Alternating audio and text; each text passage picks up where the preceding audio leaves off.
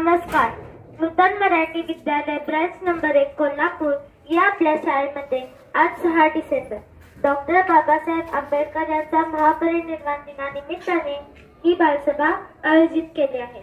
या बालसभेचे नियोजन इयत्ता 6वीच्या वर्गाकडे आहे. माझा वर्गमित्र प्रज्ञेश याने या बालसभेचे अध्यक्षस्थान स्वीकारावे अशी मी त्याला वर्गाच्या वतीने विनंती करते.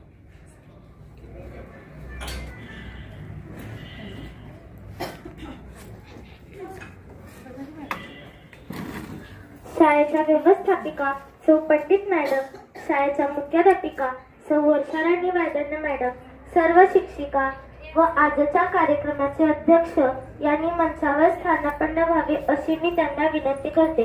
तसेच पंडित मॅडम, मुख्याध्यापिका वायदंड मॅडम, उपमुख्याध्यापिका घोडके मॅडम व अध्यक्षांनी डॉक्टर बाबासाहेब आंबेडकर यांच्या प्रतिमेस पुष्पहार अर्पण करावा अशी मी त्यांना विनंती करते.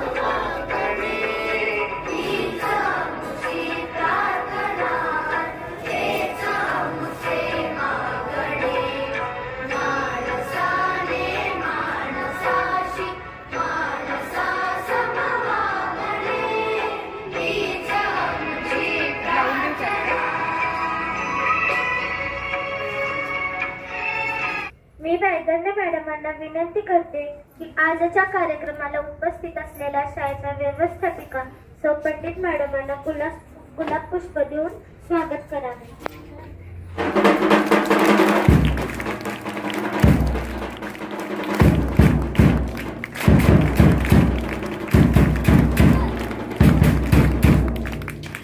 आजच्या कार्यक्रमाचे अध्यक्ष प्रज्ञेश यांचे स्वागत करण्याची विनंती शाळेच्या मुख्याध्यापिका सौ वायदंड मॅडम यांना करते.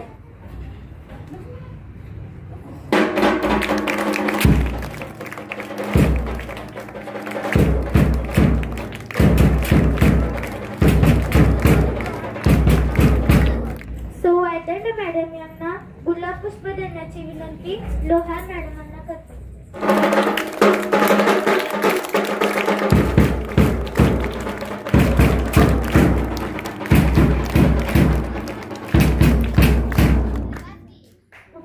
सर्व शिक्षकांना गुलाब पुष्प देण्याची विनंती माझ्या वर्गमैत्रिणी कृतिका व स्वामिनी यांना करते. यापुढील कार्यक्रमाचे सूत्रसंचालन मी करणार आहे.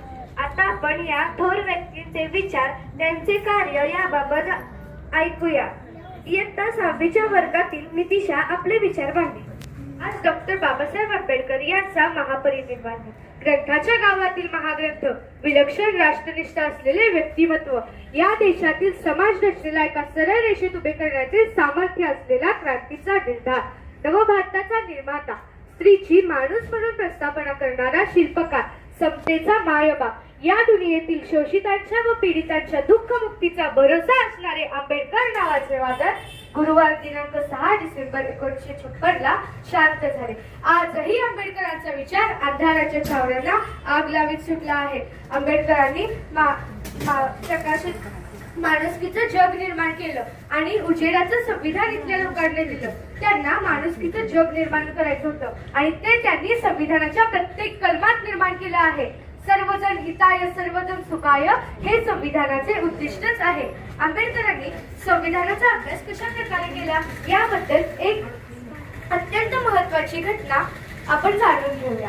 26 नोव्हेंबर 1927 ला सायमन कमिशन आले होते. या कमिशनने 7 सदस्यांना समितीवर 5 ऑगस्ट 1928 ला आंबेडकरांची नियुक्ती केली. बाबासाहेबांना जाणीव झाली की यावेळी शांत बसणे धोक्याचे आहे, मला काहीतरी भरीव कार्य करावंच लागेल. म्हणून त्यांनी 6 व 7 ऑगस्टला आपल्या मित्रांकडून 4000 रुपये उधार घेतले व 8 ऑगस्टला तारापूरवाला बुक सेलरच्या दुकानातून 850 रुपयांची संविधानाशी संबंधित पुस्तके विकत घेतली.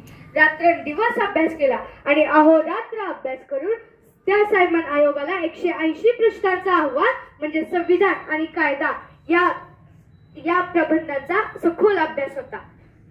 1935च्या भारतात आंबेडकरांचा कायद्यावरचा विचार प्रचंड प्रभाव आढळतो. म्हणून 17 डिसेंबर 1946 रोजी राजेंद्र प्रसादांनी त्यांना आपले विचार मांडण्यासाठी आमंत्रित केले. बाबासाहेबांचे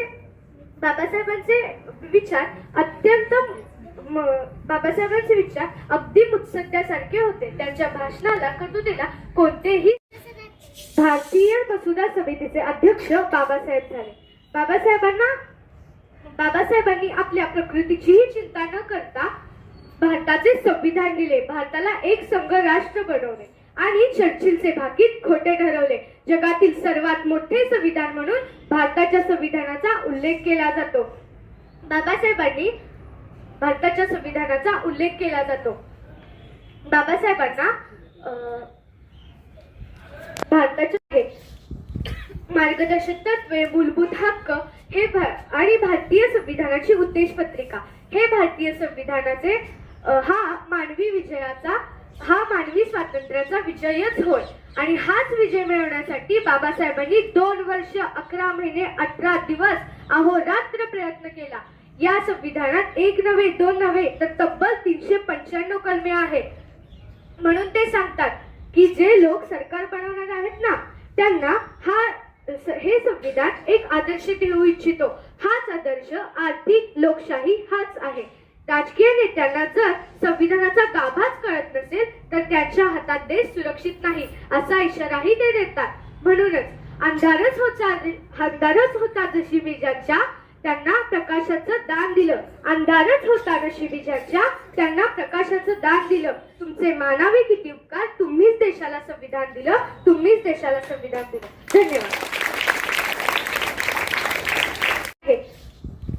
मार्गदर्शक तत्वे, मूलभूत हक्क हे आणि भारतीय संविधानाची उद्देश पत्रिका हे भारतीय संविधानाचे हा मानवी स्वातंत्र्याचा विजयच होय. आणि हाच विजय मिळवण्यासाठी बाबासाहेबांनी 2 वर्ष 11 महिने 18 दिवस अहोरात्र प्रयत्न केला. या संविधानात 1 नव्हे 2 नव्हे तर तब्बल 395 कलमे आहेत. म्हणून ते सांगतात की जे लोक सरकार बनवणार आहेत ना त्यांना हे संविधान एक आदर्श ठेवू इच्छितो. हाच आदर्श आर्थिक लोकशाही हाच आहे. राजकीय नेत्यांना जर संविधानाचा गाभाच कळत नसेल तर त्यांच्या हातात देश सुरक्षित नाही असा इशाराही ते देतात.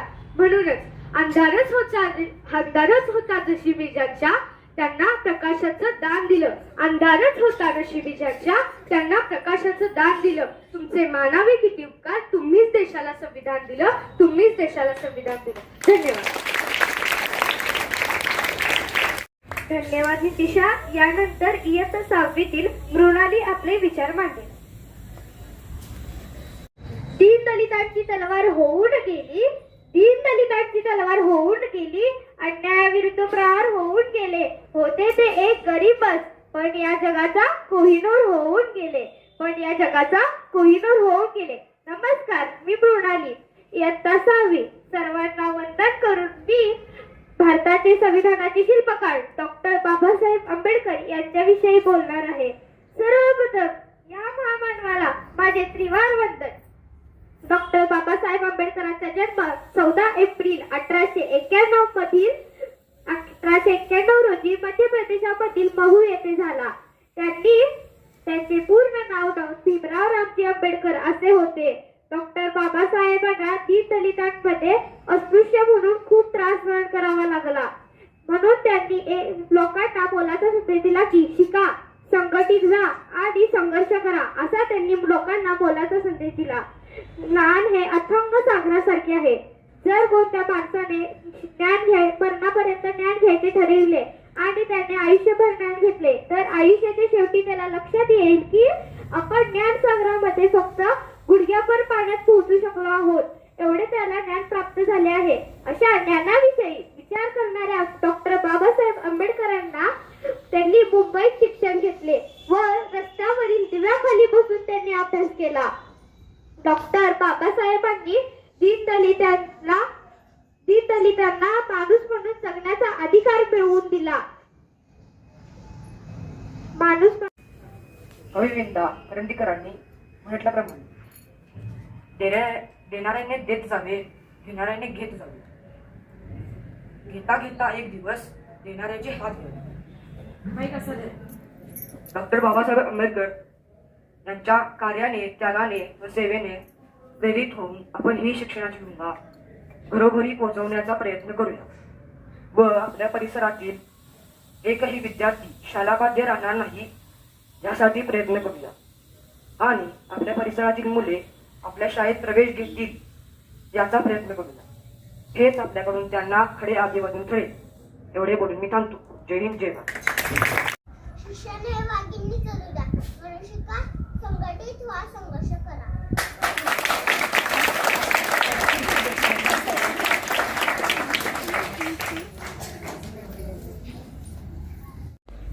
आज आमच्या वर्गाच्या बालसभेला उपस्थित मुख्य अतिथी सौ पंडित मॅडम यांचे मनापासून आभार. शाळेच्या मुख्याध्यापिका सौ वायदंडे मॅडम, सर्व शिक्षक वृंद उपस्थित राहिल्याने यांचेही आभार. आमच्या वर्ग शिक्षिका सौ अस्मिता टीचर यांनी आम्हाला मोलाचे मार्गदर्शन केले, त्याबद्दल त्यांचे आभार. हा कार्यक्रम पार पाडण्यासाठी शुभदा टीचर, सौ अश्विन टीचर यांनी आम्हाला सहकार्य केले, त्याबद्दल त्यांचेही आभार. माई मामाने आम्हाला मदत केली म्हणून आम्ही मंच व्यवस्था, मुलांची बैठक व्यवस्था करू शकलो, म्हणून माई मामांचेही आभार. मोक्षा व श्रावणीने अतिशय छान सूत्रसंचालन केले, त्या कार्तिक व आरवने व्यासपीठ व्यवस्था केली. नितीशा व मृणालीने डॉक्टर बाबासाहेब आंबेडकर यांच्या जीवनावरील प्रसंगाचे मनोगत व्यक्त केले. आपण सर्वांनी सहकार्य केले म्हणूनच ही बालसभा यशस्वी करू शकलो. आपल्या सर्वांचे मी अदनान शेख इयत्ता 6वीच्या वतीने आभार मानतो व कार्यक्रम संपला असे अध्यक्षांच्या वतीने जाहीर करतो. जय हिंद, जय भारत. उपस्थित व्यासपीठावरील शाळेच्या व्यवस्थापिका सौ पंडित मॅडम, आजच्या बालसभेचे अध्यक्ष आणि माझ्या सर्व शिक्षक भगिनी आणि माझे सर्व बालचक, सर्वांना गुड मॉर्निंग. आज आपण इथं कशासाठी जमलेलो आहोत? त्यांचा महापरिनिर्वाण दिन आहे आणि हा कार्यक्रम इयत्ता 6वीच्या विद्यार्थ्यांनी आणि त्यांच्या वर्ग शिक्षकांनी खूपच छान बालसभेचं आयोजन करून हा इथं कार्यक्रम इथं संपन्न केलेला आहे. आणि त्यांच्याविषयी, डॉक्टर बाबासाहेब आंबेडकरांच्या विषयी नितीशा आणि मृणालीनं जे काही सांगितलेलं आहे आणि आपला छोटा समर इयत्ता 1लीचा खूपच छान त्यांचे विचार सर्वांपर्यंत पोहोचवलेले आहेत. तर त्याबद्दल शाळेच्या वतीनं मी इयत्ता 6वीच्या सर्व विद्यार्थिनी आणि वर्ग शिक्षिका यांचं मी आभार मानते आणि माझे 2 शब्द पुरे करते.